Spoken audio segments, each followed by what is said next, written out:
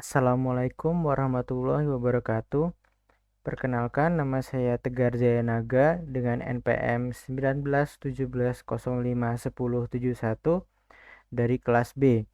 Di sini saya akan menjelaskan materi untuk mengisi UAS mata kuliah Desain dan Analisis Algoritma. Di sini ada daftar materinya, yaitu materi yang pertama adalah Big O Notation dan Time Complexity. Lalu materi yang kedua yaitu adalah Recurrence dan Master Theorem. Lalu materi yang ketiga adalah Divide dan Conquer. Lalu materi yang keempat adalah Dynamic Programming. Lalu untuk materi kelima adalah Graph. Dan materi yang keenam atau yang terakhir adalah Complexity Theory. Materi yang pertama adalah Big O Notation dan Time Complexity.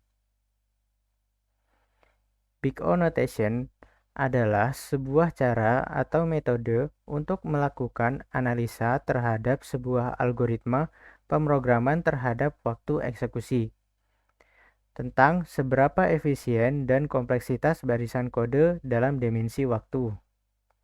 Big O Notation digunakan untuk mengukur tingkat kompleksitas suatu algoritma. Big O Notation adalah cara untuk mengkonversi keseluruhan langkah-langkah suatu algoritma ke dalam aljabar, yaitu dengan menghiraukan konstanta yang lebih kecil dan koefisien yang tidak berdampak besar terhadap keseluruhan kompleksitas permasalahan yang diselesaikan oleh algoritma tersebut. Seperti contohnya di sini ada contoh Big O Notation. Di sini ada T, di mana T ini merupakan time complexity atau kompleksitas waktu. Di sini T sama dengan AN plus B sama dengan Big O N. Di sini A dan B merupakan konstanta yang seperti diberitahukan sebelumnya. A konstanta dia dihiraukan dan hanya memperdulikan yang terpentingnya saja, yaitu adalah N-nya ini. Jadi Big O dari AN plus B ini adalah Big O N. A dan B yang merupakan konstanta dihiraukan atau dihilangkan. Lalu contoh yang kedua yaitu di sini ada T seperti tadi, dia adalah time complexity atau kompleksitas waktu sama dengan Cn kuadrat ditambah Dn ditambah E sama dengan Big O N kuadrat. Di sini C, D, dan E merupakan konstanta yang seperti sebelumnya diberitahukan, dihiraukan atau dihilangkan. Lalu sisa N kuadrat dan N. Karena N kuadrat lebih besar daripada N, jadi N kuadrat ini lebih penting daripada N. Jadi Big O dari Cn kuadrat ditambah Dn ditambah E adalah Big O N kuadrat. Time complexity. Di sini terdapat potongan kode untuk kita akan menghitung time complexity atau kompleksitas waktu dari potongan kode yang diberikan ini. Di baris pertama dia ada array di mana isinya yaitu ada 1, 5, 8, 2 sampai dengan 10. Lalu di baris selanjutnya dia ada fungsi yang bernama find sum, di mana dia menerima inputnya adalah array di baris 1 tadi, given array. Lalu di dalam fungsi itu terdapat baris yang ketiga yaitu total sama dengan 0, di mana dia di sini memasukkan 0 ini ke dalam variabel total. Lalu di sini dia karena hanya ada satu proses, maka di sini Big O 1. Lalu untuk baris yang keempat ada perulangan for, di mana sini for each E in given array. Di dalam perulangan dia terdapat operasi penjumlahan sini, total ditambah sama dengan I, di mana dia merupakan operasi, hanya satu operasi, maka dia bernilai big O 1.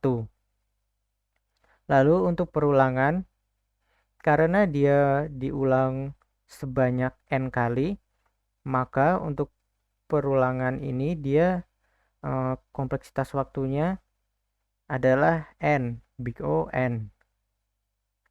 Lalu baris terakhir ada return total, di mana dia mengembalikan variabel total, di mana dia hanya melakukan satu operasi, maka kompleksitas waktunya adalah big O 1. Lalu di sini diperoleh kompleksitas time-nya atau T besar sama dengan big O 1 ditambah N dikali big O 1, itu perulangannya ini, lalu ditambah big O 1 yang merupakan baris terakhir, sama dengan C4 ditambah dalam kurung N dikali C5 sama dengan, yaitu hasilnya atau time kompleksitasnya big O N. Lalu materi yang selanjutnya yaitu adalah recurrence dan master theorem. Recurrence, ada kalanya kita mengalami kesulitan untuk mendefinisikan suatu objek secara eksplisit.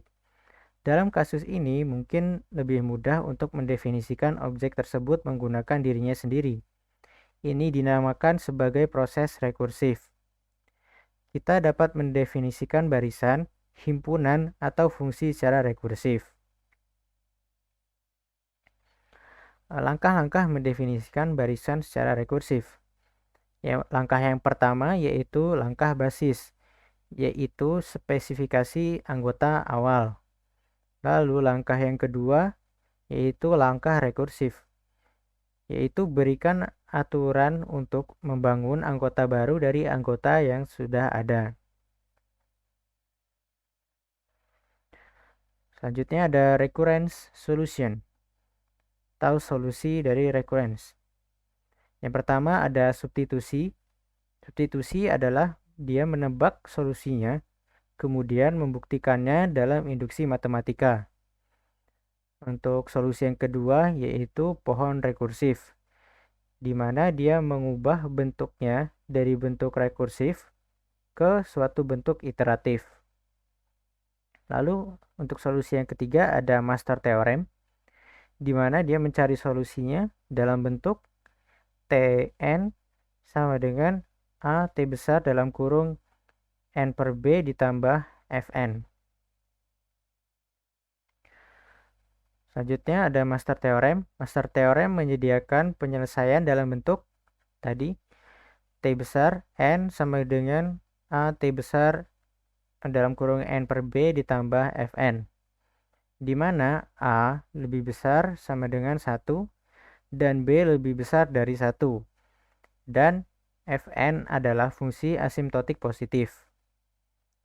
Terdapat 3 bentuk kasus di dalam master theorem ini. Yang pertama, jika Fn sama dengan big O N pangkat B log A min epsilon, dan epsilon itu lebih besar dari 0, maka Tn sama dengan big theta N pangkat B log A. Lalu bentuk yang kedua, jika Fn sama dengan big O dalam kurung N pangkat B log A, maka Tn sama dengan big theta N pangkat B log A dikalikan dengan log N. Lalu untuk bentuk yang ketiga, jika Fn sama dengan omega N pangkat B log A min epsilon, dan epsilon lebih besar daripada 0, dan AF dalam kurung N per B itu kurang sama dengan dari CFN dan C kurang dari 1, maka Tn sama dengan big theta Fn. Materi yang selanjutnya ada divide and conquer. Di pojok kanan bawah kita lihat di sini ada sort, yaitu merge sort, di mana dia mengimplementasikan divide and conquer. Tadi kita lihat itu tahap divide di mana dia memisah-misahkan masalah menjadi submasalah yang lebih kecil. Lalu conquer seperti ini, dia menyelesaikan satu persatu submasalah dan menyelesaikannya. Lalu combine adalah gabungan dari solusi-solusi itu. Jadi di sini kita lihat dia mengcombine atau menggabungkan masalah yang sudah diselesaikan tadi. Seperti ini kita lihat sudah mulai terurut sini. Dia akan dilakukan berulang-ulang kali, yaitu divide, conquer, dan combine-nya. Ini kita lihat conquer, dia akan menyelesaikan submasalahnya dan menggabungkannya menjadi urutan yang terurut seperti ini. Lalu selanjutnya ada aspek-aspek algoritma, yaitu yang pertama ada analisis. Dalam analisis, yaitu yang pertama ada kriteria algoritma yang baik. Lalu yang kedua ada kompleksitas dari algoritma tersebut. Lalu untuk aspek desain, di dalam mendesain suatu algoritma itu ada tekniknya, yaitu teknik yang pertama ada divide dan conquer seperti yang sudah kita lihat tadi. Lalu yang kedua ada backtracking, yang ketiga ada greedy, keempat ada teknik dynamic programming, dan yang kelima ada teknik graph. Lalu ada juga master theorem untuk divide dan conquer. Jadi master theorem ini menyediakan penyelesaian dalam bentuk Tn sama dengan T besar N per B ditambah Fn. Jadi Tn sama dengan T besar N per B ditambah big O N pangkat K. Di mana A itu merupakan subproblem yang akan diproses dan B yaitu subproblem yang ada. Lalu K adalah combine complexity atau banyaknya proses combine. Nah, terdapat 3 bentuk kasus dalam master theorem untuk divide and conquer ini. Yang pertama yaitu adalah Tn sama dengan big O N pangkat B log A jika A lebih besar daripada B pangkat K. Lalu yang kedua ada Tn sama dengan big O sama dengan N pangkat K dikalikan log N. Itu jika A sama dengan B pangkat K. Lalu yang ketiga ada Tn sama dengan big O N pangkat K, yaitu jika A lebih kecil daripada B pangkat K.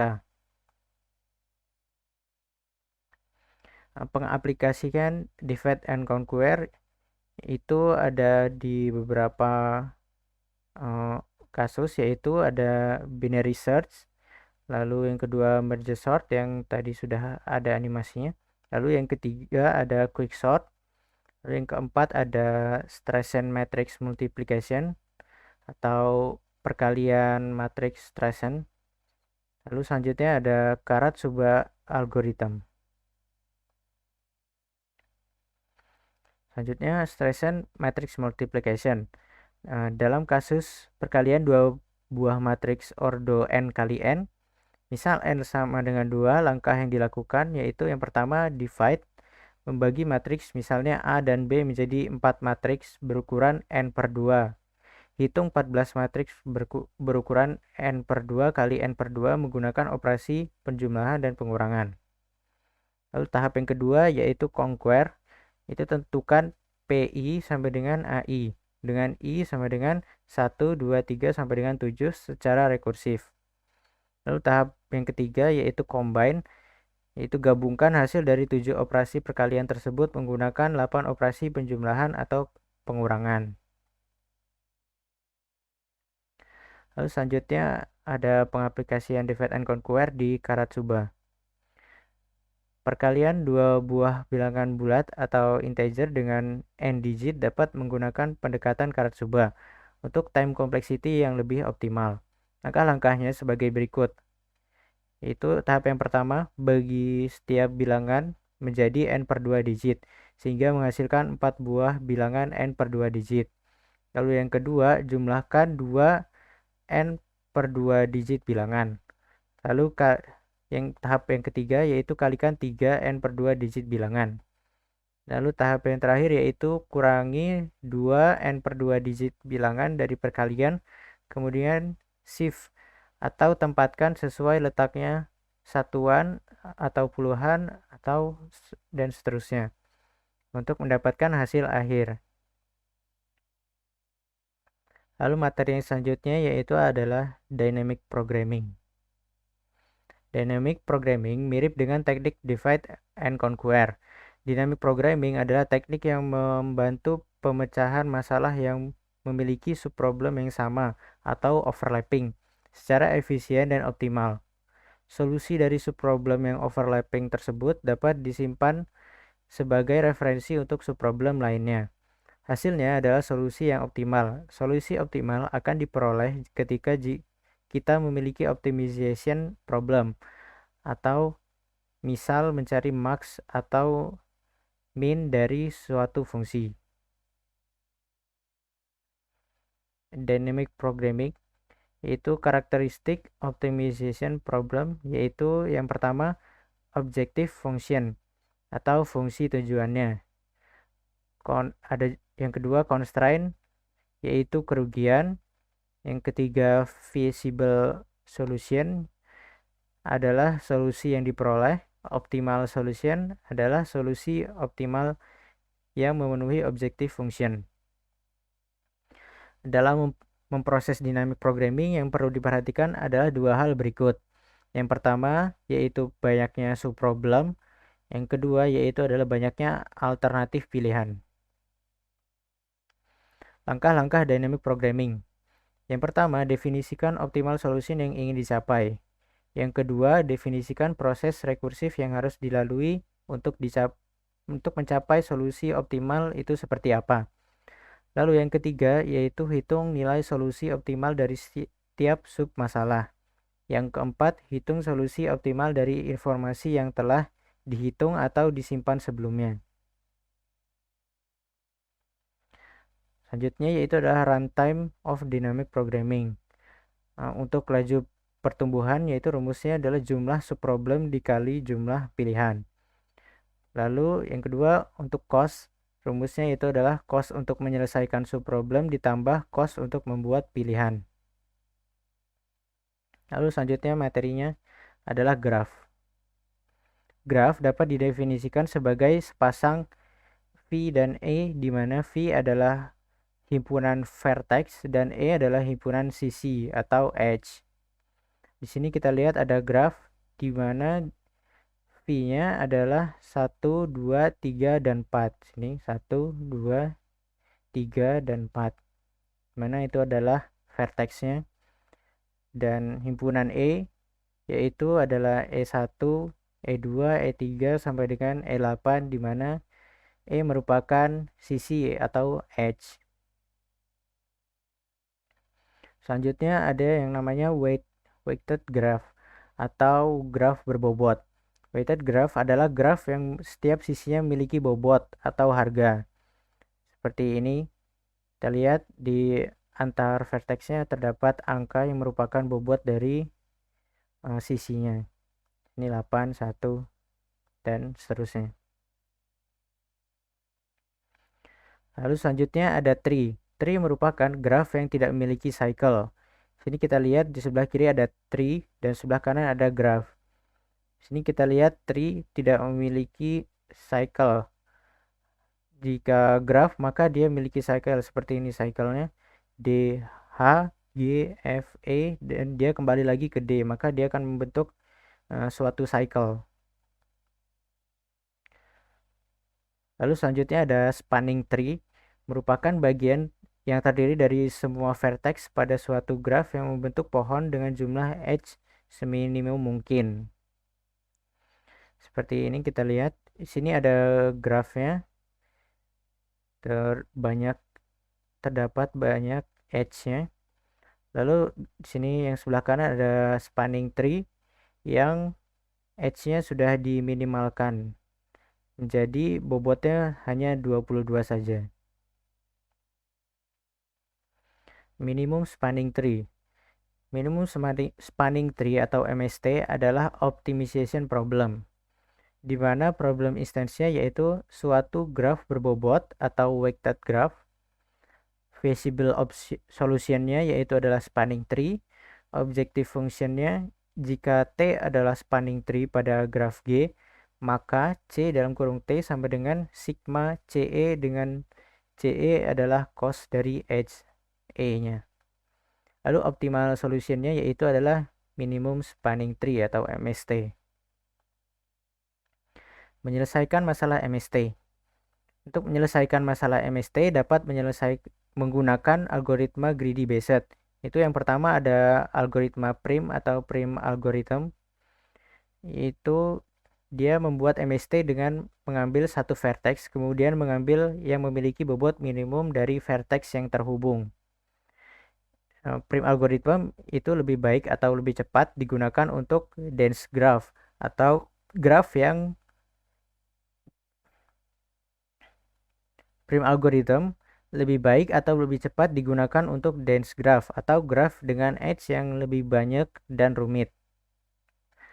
Lalu ada algoritma selanjutnya yaitu Kruskal algorithm, yaitu dia membuat MST dengan mengambil vertex mana saja dari graf yang memiliki bobot paling minimum sehingga membentuk MST. Kruskal algorithm itu lebih baik atau lebih cepat digunakan untuk sparse graph atau dia graph yang tidak serumit dense graph. Sini ada prim algorithm. Sini ada langkah-langkahnya. Step 1. Kita lihat sini dia mengambil vertex 6 dari vertex 6. Dia menyambungkan dari vertex 6 ke 5 dengan bobotnya 2. Lalu selanjutnya dia menyambungkan juga dari vertex 6 ke vertex 3 dengan bobotnya 3. Lalu selanjutnya untuk step ketiga dia akan menyambungkan dari vertex 3 ke vertex 5. Vertex 3 ke vertex 2 dengan bobotnya 5. Lalu step keempatnya dia tidak menghubungkan vertex 2 dan 5 karena dia akan membentuk cycle.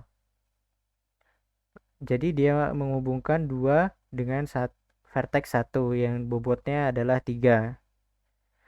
Lalu step 5 karena sudah mentok di sini, jika terhubung antara vertex 1 dan vertex 5 maka dia akan membentuk cycle.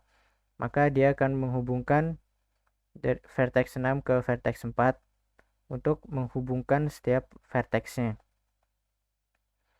Jadi diperoleh sini V-nya yaitu adalah vertex, yaitu ada vertex 1, 2, 3 sampai dengan 6. Jumlah vertexnya ada 6. Lalu weight atau bobotnya sini kita lihat 2 ditambah 3 ditambah 7 ditambah 5 tambah 3 yaitu adalah jumlahnya 20. Jadi jumlah cos MST-nya yaitu adalah 20. Nah, di sini selanjutnya adalah Kruskal algorithm, di mana jika prism algorithm tadi dia berurutan, di sini dia bebas mana yang mau dihubungkannya. Seperti ini dia akan menghubungkan 5 dan 6. Vertex 5 dan 6 dengan bobotnya 2. Lalu dia akan menghubungkan vertex 1 dan 2 dengan bobotnya 3. Lalu 3 dan 6 dengan bobot 3. Lalu vertex 1 dan 5 dengan bobotnya 5. Lalu vertex 2 dan 3 dengan bobotnya 5. Lalu vertex 2 dan 5 dengan bobotnya 6. lalu vertex 4 dan 6 dengan bobotnya 7, lalu vertex 3 dan 4 dengan bobotnya 9. Dan diperoleh hasil yang sama dengan prism algorithm tadi, dengan vertexnya 1, 2, 3 sampai dengan 6, jumlah vertexnya ada 6, lalu bobotnya 2 ditambah 3 tambah 7 tambah 5 tambah 3 sama dengan 20. Jadi total cos MST-nya yaitu 20. Lalu materi yang terakhir yaitu complexity theory. P versus NP. P merupakan polynomial time dan NP merupakan non-deterministic polynomial time. Polynomial time dia itu mudah diselesaikan dan juga mudah diverifikasi. Lalu untuk non-deterministic polynomial time dia tidak selalu mudah diselesaikan, tetapi mudah diverifikasi juga. Menyelesaikan NP complete. Yang pertama yaitu ketahui bahwa masalah tersebut adalah NP complete problem atau masalah NP complete. Yang kedua, jika telah mendapatkan algoritma untuk menyelesaikan submasalah, belum tentu dapat digunakan di submasalah yang lain. Beberapa bagian kasus NP complete dapat diselesaikan dengan polynomial time. Ketika suatu bagian masalah terpecahkan, beberapa atribut bagian tersebut boleh jadi berguna untuk menyelesaikan masalah secara utuh. Jika ingin mendesain suatu algoritma untuk menyelesaikan NP complete secara umum atau bukan pada bagian masalah tertentu, harus diperhatikan bahwa meskipun algoritma bukan polynomial time, pada algoritma non-polinomial tentu ada yang kompleksitasnya lebih baik dari yang lain. Pada kasus ini, teknik backtracking adalah teknik yang cocok untuk menyelesaikan NP complete. Cari algoritma pendekatannya yang merupakan polynomial time. Algoritma tersebut berguna untuk memberi solusi dari relative error yang dapat dibandingkan dengan optimal solution. Demikian dari saya. Apabila ada kesalahan saya mohon maaf. Terima kasih. Wassalamualaikum warahmatullahi wabarakatuh.